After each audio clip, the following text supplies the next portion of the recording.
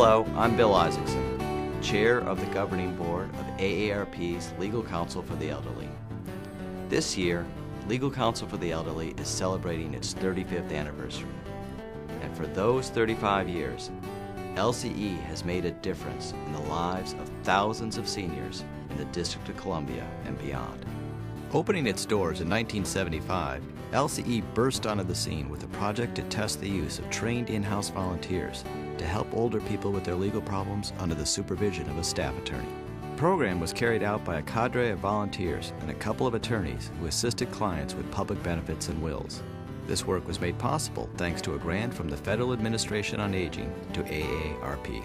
In the early days of Legal Counsel for the Elderly, we had our offices apart from the AARP offices. We had a very small office.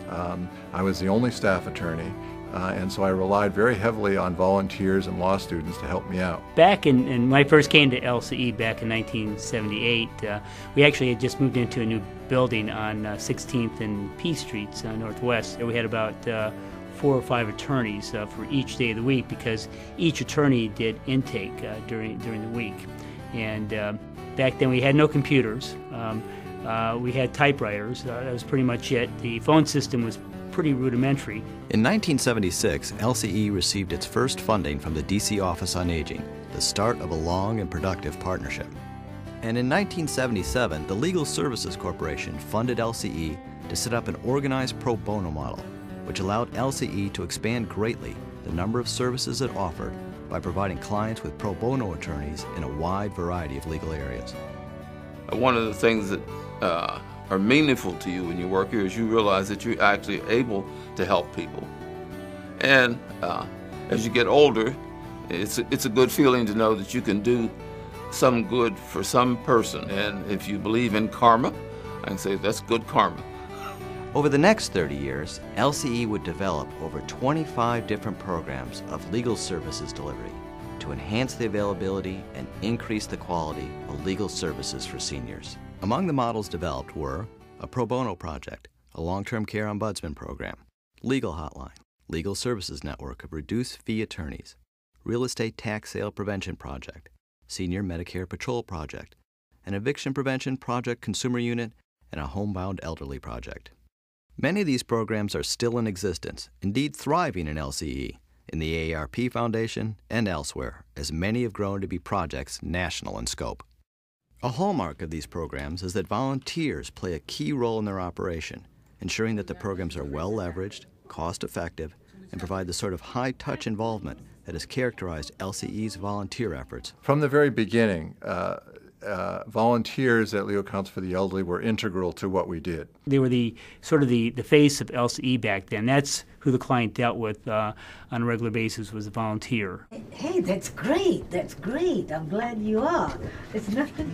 It's been most meaningful to me as a volunteer, actually, mainly because of the clients LCE represents.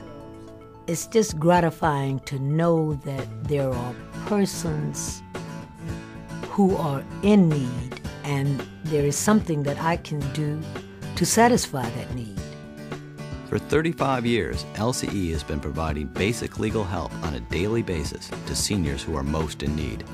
Client challenges range from substandard housing, lacking access to quality health care, being ripped off by scam artists, inability to navigate the bureaucracy to obtain a monthly check, or dealing with a long-term care institution unresponsive to their needs for care. Margaret Harper of Washington, D.C. is one of those clients that LCE helped when scammers attempted to steal her home. I didn't know then what was going on until I started going to mediation, and then a lot of things started coming out, and I found out that the name that's on the paper, that's where it said, "You selling your home?" It looked like my initial, but it's not my signature. I never signed that I was selling a home.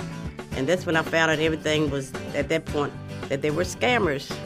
That's when I came in contact with Amy Mix, and she's been my lawyer through the whole process.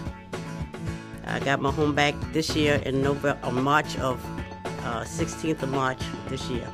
The help that LCE provides is guided by the principles of dignity and self-determination. Whether it is deciding the course to take in litigation, ensuring that the power of attorney document reflects the client's wishes, giving the client the information they need at a self-help office, or assisting them with the forms, applications, or appeals, LCE puts the client in the driver's seat, ensuring that the help we provide is both requested and welcome, and that the course of action improves the quality of life of that person in accordance with their wishes.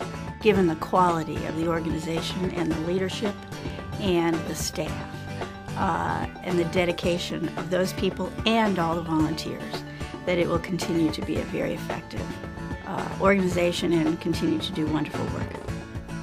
This is the pledge we have maintained and the one we shall keep as we embark on the next 35 years.